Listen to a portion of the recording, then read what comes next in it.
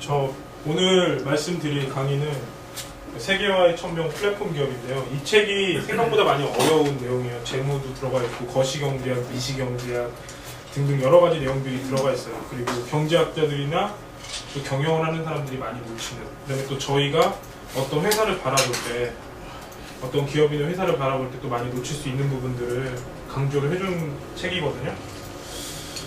이 책을 쓴 사람이 작가가 프랑스 사람이에요. 프랑스에서 활동을 많이 하는 사람인데, 프랑스에서 활동하는 사람들은, 특히 미국에서 쓴 작가들은 아무래도 미국을 유리하게 써요, 많이.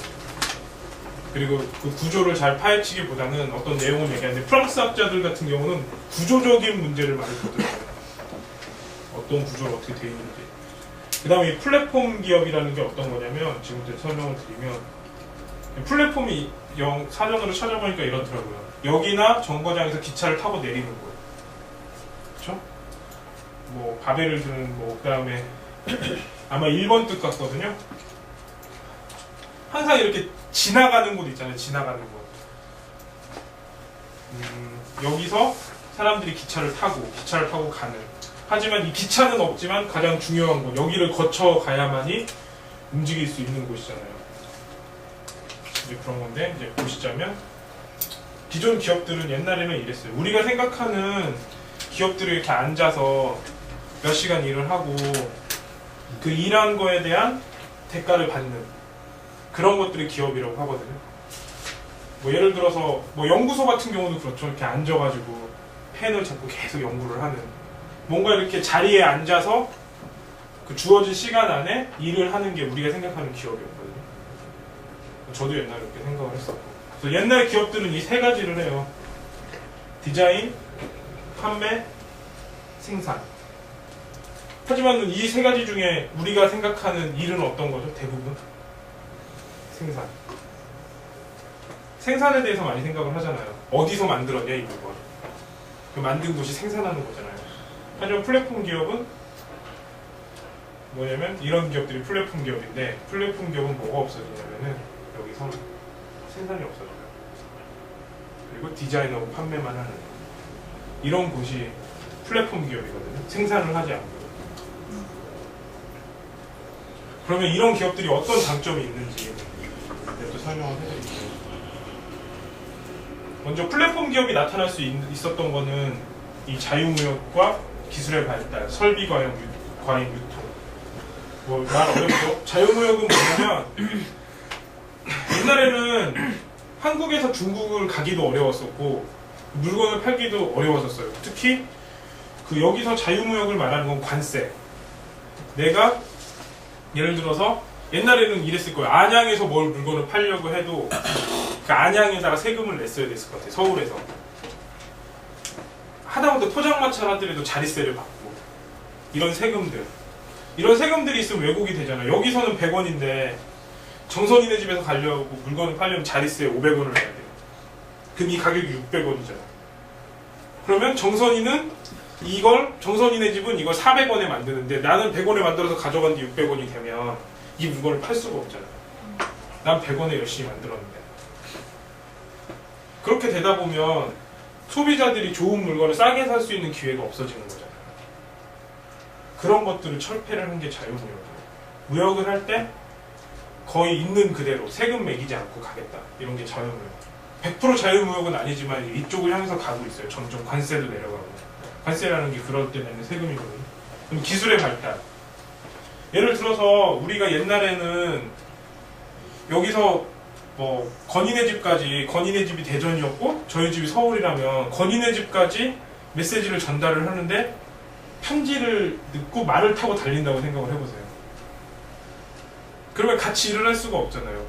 거나 예를 들어서 지금 같은 경우는 거나 뭐 예를 들어서 기차표가 몇 시에 있는지 알아봐줘, 이 말을 하려고 하면 지금은 전화를 하거나 메시지를 치면 되는데, 옛날 같았으면 거나 기차가 몇 시에 있는지 알아봐줘, 알려줘, 그러면은 내 밑에 있는 하인이 그 편지를 띄고 한 2박 3일 동안 말을 죽어라고 타고 달린 다음에 건이한테 물어보죠. 오늘 기차표 언제냐고. 그럼 오늘은 벌써 지나갔잖아요. 그런 상황이었어요. 하지만 이런 기술, 특히 통신기술의 발달로 지금 내가 생각하는 걸 바로 미국이나 아니면 전 세계 어떤 사람한테도 바로 얘기를 할 수 있는, 어떻게 보면 되게 신기한 세상에 살고 있는 거예요. 옛날로서는 상상도 할 수 없는. 막 옛날 보면 막 매 막 이런 데에다 막 편지 묻고 날려보내고 비둘기 날려보내는데 내가 볼 때는 도착도 안 할 것 같은데 막 어쨌든 날려보내고 그러잖아요. 이렇게. 아니 막 봉화 막 산 꼭대기까지 올라가서 불 피우고. 이게 불 피운다는 것도 메시지도 별로 없잖아요. 이런 거. 이제는 영상까지 가잖아요. 영상까지. 이런 아주 훌륭한 세상에 살고 있고. 그다음에 설비 과잉. 이게 정말 재밌거든요. 자유주의에서 항상 설비 과잉이 있어요. 설비 과잉이 뭐냐? 지금 생각하면 나가보면은 음식점 되게 많죠. 왜 음식점이 많겠어요? 정말 이렇게 많은 음식점이 필요해요? 안 필요하잖아요. 딱 이 동네에 한 5개만 있어도 되잖아요. 왜 많이 이렇게 음식점이 생길까요?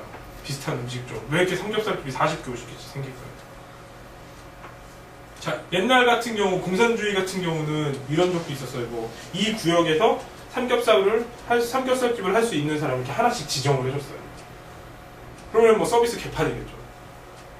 어쨌든 이 구역에 삼겹살집을 하나니까. 자유민주주의나 시장주의 체제에서는 그게 아닌 거예요. 얘가 삼겹살에서 옆에 집에 삼겹살을 낼 수가 있어요. 자기가 잘 팔면 되니까.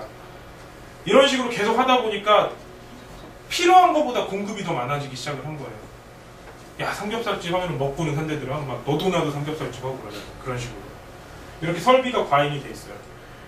그렇다 보면 중국에서 볼 베어링 업체가 있어요. 볼 베어링이 뭐냐면 이렇게 움직이는데 여기랑 여기랑 이렇게 어떤 기계를 움직이는데 이렇게 하면 마찰이 생겨서 안 움직이잖아요. 여기다 볼을 넣으면은 이렇게 공이 있으니까 바퀴가 있으니까 이렇게 굴러가잖아요. 이 볼 베어링 업체. 그게 중국 총 생산량을 바칠 수 있는 게 10개인데 볼 베어링 업체에 3,000개가 있는 거예요. 자, 그럼 이제 어떻게 될까요? 이제 10개면 충분한데 경쟁을 막 하게 되잖아요. 경쟁을 하고 살아남는 방법은 하나. 정말 크게 키워야 돼요. 그래서 이 볼 베어링 업체가 죽는다 그러면 실업자가 한 10만 명 정도 되면 정부에서 계속 구해주거든요. 이런 식으로. 그러다 보니까 설비들이 너무 많다 보니까 문 닫는 데도 많고 그렇게 되죠. 그 설비들이 과잉이 된다는 거예요. 필요한 것보다 항상 더 많으니까. 유통. 옛날에는 택배 있기 전까지는 소포가 있었잖아요. 저는 태어나서 소포를 이용한 적도 없었고 소포 이용하는 걸 본 적도 없었거든요. 하지만 이렇게 유통이 발달하다 보니까 택배는 정말 이제 자주 이용하잖아요. 뭐 옆집에 뭐 들고 가기 귀찮으면 그냥 택배로 붙여버리잖아요. 그 정도까지. 옛날에 이 정도가 아니었어요. 가격도 비싸고. 결국 이 네 가지가 있다 보니까 플랫폼 기업이 생긴 거예요. 왜냐면은 나는 디자인하고 연구만 해서 이 디자인하고 연구한 걸 뭐 지금 중국이 인건비가 제일 싸다 그럼 중국한테 던져요. 그럼 거의 기술자가 이제 이걸 어떻게 만드는지 한번 보여주겠죠. 아니면 기계는 정직하잖아요. 중국 사람이 만든다고 해서 안 나오고 이런 게 아니에요. 기계는 정직해요. 그러면은 이 기계에다가 이 기계를 놓고 사람 5명이 움직이면 이 사람 몸값이 제일 싼 데로 갈 거 아니에요. 맑게 알아두고. 그럼 그쪽에서 계속 만드는 거예요. 이렇게.